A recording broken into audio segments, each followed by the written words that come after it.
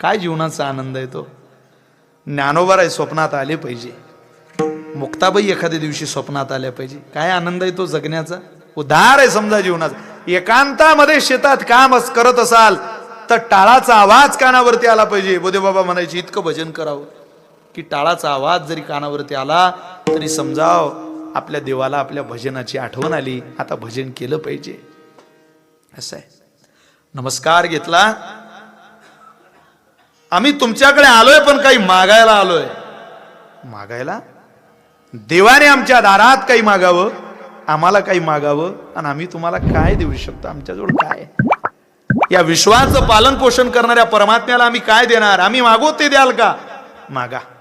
आम्हाला नग्न अवस्थेत भोजन वाढा. नग्न व्हा आणि भोजन द्या. नग्न होऊन या घाली भोजन. पाहता क्षणाचाही विलंब न करता होकार दिला अनुसया माते. क्षणाचाही. त्या मग करा व्रताची पूर्ती. पण वाढलं कसं भोजन.